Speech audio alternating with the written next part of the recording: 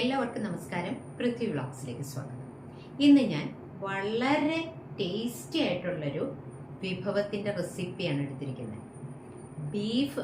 Beef വെച്ചിട്ട് സാധാരണ ഞാനിവിടെ അധികം അങ്ങനെ ബീഫ് ഉണ്ടാക്കാറില്ല, പക്ഷെ മുമ്പ് ഉണ്ടാക്കിയിട്ടുണ്ട്. അപ്പോൾ എൻ്റെ ഒരു സബ്സ്ക്രൈബർ പറഞ്ഞു ബീഫ് വെച്ചിട്ടുള്ളൊരു റെസിപ്പി കാണിക്കാൻ പറഞ്ഞു. അപ്പോൾ ഞാൻ വിചാരിച്ചു നോക്കട്ടെ, കാണിക്കാം എന്നൊക്കെ ഞാൻ അന്ന് പറഞ്ഞിരുന്നു. ഇപ്പം ഞാൻ ബീഫ് വെച്ചിട്ടുള്ളൊരു റെസിപ്പിയാണ് അതുകൊണ്ട് തന്നെ കാണിക്കുന്നത്.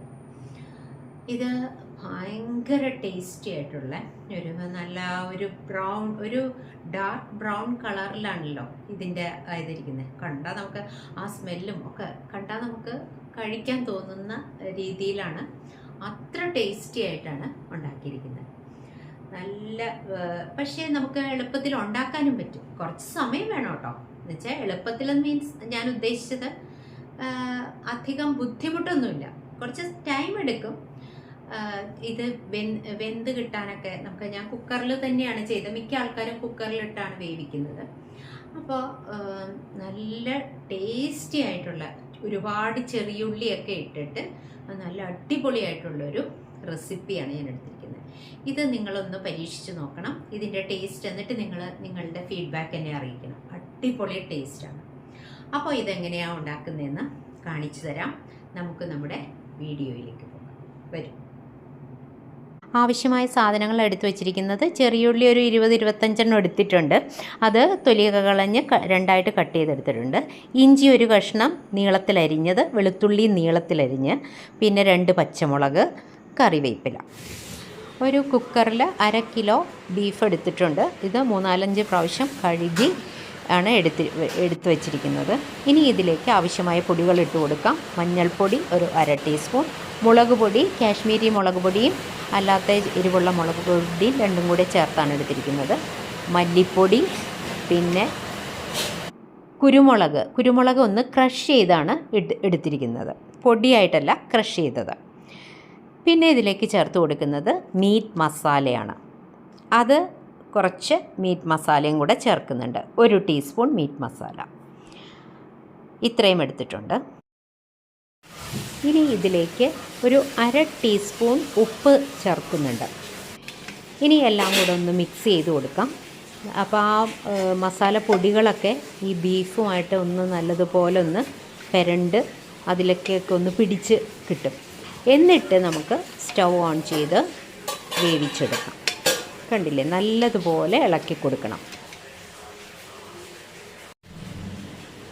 ഇനിയും ഇതിലേക്ക് നമ്മൾ കട്ട് ചെയ്ത് വെച്ചിരിക്കുന്ന ഇഞ്ചി, വെളുത്തുള്ളി, ഇപ്പോൾ ഇട്ട് കൊടുത്തേക്കണത് വെളുത്തുള്ളിയാണ്. ഇനിയും ഇഞ്ചിയും നമ്മൾ ഇട്ട് കൊടുക്കുന്നുണ്ട്. ഇതെല്ലാം നീളത്തിലാണ് ഞാൻ കട്ട് ചെയ്തെടുത്തിരിക്കുന്നത്. പിന്നെ പച്ചമുളക്, അത് അത്ര നീളത്തിലുള്ള പീസസ് ആയിട്ടല്ല, ചെറുതായിട്ട് കട്ട് ചെയ്തെടുത്തിട്ടുണ്ട്. അല്പം ചെറുനാരങ്ങ നീര് കൂടി ഇതിലേക്ക് ചേർത്ത് കൊടുക്കുന്നുണ്ട്. ഒരു ചെറുനാരങ്ങയുടെ പകുതിയെ ഞാൻ എടുത്തിട്ടുള്ളൂ. അതിൻ്റെ ജ്യൂസ് കൂടി ഇതിലേക്ക് ചേർത്ത് കൊടുക്കുന്നുണ്ട്. ഇനി ഇതെല്ലാം കൂടെ ചേർത്ത് നല്ലതുപോലെ ഒന്ന് ഇളക്കി കൊടുക്കണം. ആദ്യം നമ്മൾ മസാല പൊടികളൊക്കെ ഇട്ട് കൊടുത്തപ്പോൾ നല്ലതുപോലെ ഇളക്കി കൊടുത്തായിരുന്നു. ഇനിയും ഇതും കൂടി ഒന്ന് ഇളക്കി യോജിപ്പിക്കാം.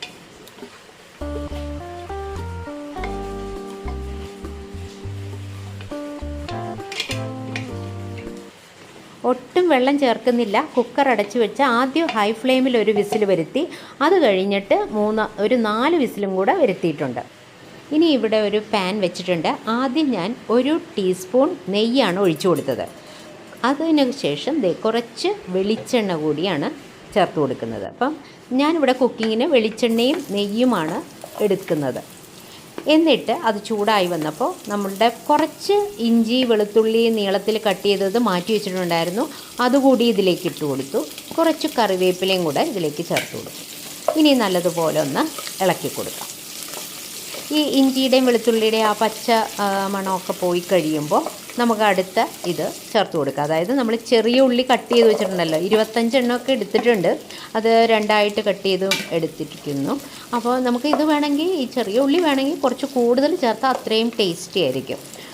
നല്ലതുപോലെ ഇളക്കി അതൊന്ന് റോസ്റ്റായിട്ട് വരണം.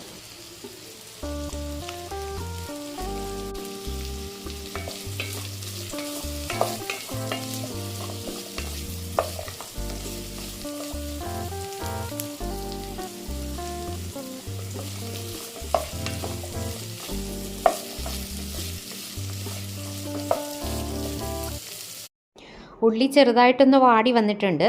ഈ സമയത്ത് 1 ടീസ്പൂൺ ഉപ്പ് കൂടി ഞാൻ ചേർത്ത് കൊടുക്കുന്നുണ്ട്. എന്നിട്ട് ഒന്ന് ഇളക്കി കൊടുക്കണം. ഉപ്പ് ഈ ഉള്ളിയിലൊന്ന് പിടിച്ച് അത് പെട്ടെന്നൊന്ന് റോസ്റ്റായി കിട്ടാൻ വേണ്ടിയിട്ടാണ്. ഉള്ളി നല്ലതുപോലെ റോസ്റ്റായി വന്നിട്ടുണ്ട്. അപ്പോൾ അത് നേരത്തെ ഉണ്ടായിരുന്ന ക്വാണ്ടിറ്റിയെക്കാട്ടിലും നല്ലതുപോലെ ഒന്ന് ചുരുങ്ങി, കണ്ടില്ലേ, നല്ല സോഫ്റ്റായി. ഇനി നമുക്കിതിലേക്ക് കുറച്ച് മസാലപ്പൊടികൾ കൂടി ചേർത്ത് കൊടുക്കണം.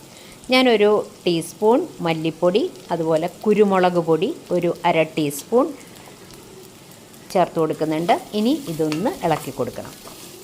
ആ പൊടികൾ ഈ ഉള്ളിയിലൊന്ന് പിടിച്ച് ആ എരിവും ഒക്കെ ഒന്ന് ഇതിലൊന്ന് പിടിക്കാൻ വേണ്ടിയിട്ടാണ്.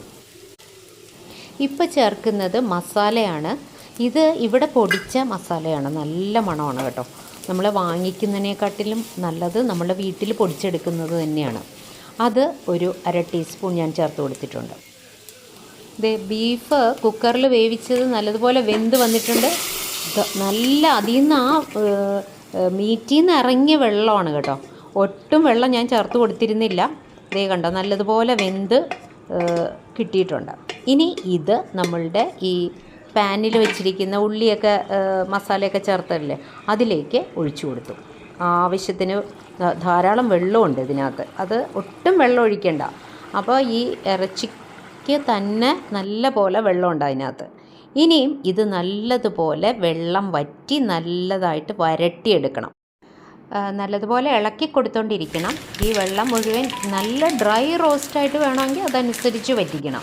അല്ലെങ്കിൽ ഒന്ന് പുരണ്ടിരിക്കുന്ന തരത്തിൽ കുറച്ച് ഗ്രേവി ആയിട്ട് അങ്ങനെയും വേണമെങ്കിൽ ആക്കാം. ഞാൻ ഇടയ്ക്ക് ഇതിലൊന്ന് കടുക് താളിച്ചിടാനായിട്ട് വിട്ടുപോയി. അപ്പോൾ അതുകൊണ്ട് ഈ സമയത്ത് ഇട്ട് കൊടുത്താലും മതി. അപ്പോൾ ഞാൻ കുറച്ച് വെളിച്ചെണ്ണയിൽ കടുകിട്ട് പൊട്ടിച്ച് കുറച്ച് കറിവേപ്പിലയും കൂടി ചേർത്ത് ഇതിലേക്ക് ഒഴിച്ചു കൊടുക്കുകയാണ്. അപ്പോൾ ഇപ്പോൾ ഓൾമോസ്റ്റ് ഡ്രൈ ആയിട്ട് കിട്ടിയിട്ടുണ്ട്. ആവശ്യത്തിന് ഗ്രേവി ആയിട്ട് ഞാൻ റെഡിയാക്കി എടുത്തിട്ടുണ്ട്. നല്ലതുപോലെ തുടരെ ഇളക്കി കൊടുത്തുകൊണ്ടിരുന്നു. ഇനി കടുക് താളിച്ചത് ഇതിലേക്ക് ഇട്ടിട്ട് ഒന്നുകൂടി ഇളക്കി കൊടുക്കും. ഇപ്പോൾ കാണാമല്ലോ, അതായത് അധികം ഗ്രേവി ഇല്ല. എല്ലാം ഈ ഇതുമ്മേ ഒന്ന് പെരണ്ടിരിക്കണ തരത്തിലാണ് ഈ മസാലയൊക്കെ നല്ലതുപോലെ വറ്റി അതിലേക്ക് പെരണ്ടിരിക്കുന്ന രീതിയിലാണ് എടുത്തിരിക്കുന്നത്. ഇത് ചോറിനും ചപ്പാത്തിക്കും അതുപോലെ തന്നെ പൂരി, പൊറോട്ട എന്തിനു വേണ്ടേയും കൂടെ വേണമെങ്കിൽ കൂട്ടിക്കഴിക്കാൻ പറ്റും. 2 മിനിറ്റ് ആ പാനൊന്ന് അടച്ചു വെച്ചു. അത് കഴിഞ്ഞിട്ട് ഇവിടെ ഒരു സെർവിങ് ഡിഷിലേക്ക് പകർത്തി കൊടുക്കുകയാണ്.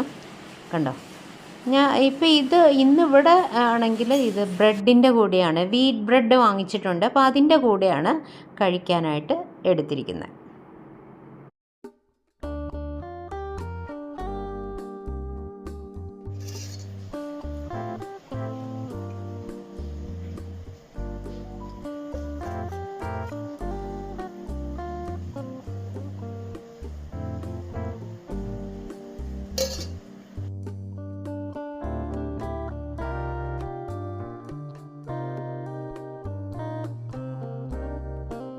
കണ്ടില്ലേ, എൻ്റെ ബീഫ് റോസ്റ്റ് നല്ല സൂപ്പർ ടേസ്റ്റാണ്. നല്ല സ്മെല്ലോടുകൂടി. അപ്പം നമുക്കറിയാം, അതിൻ്റെ ആ സ്മെല്ല് അടിക്കുമ്പോൾ തന്നെ അറിയാം.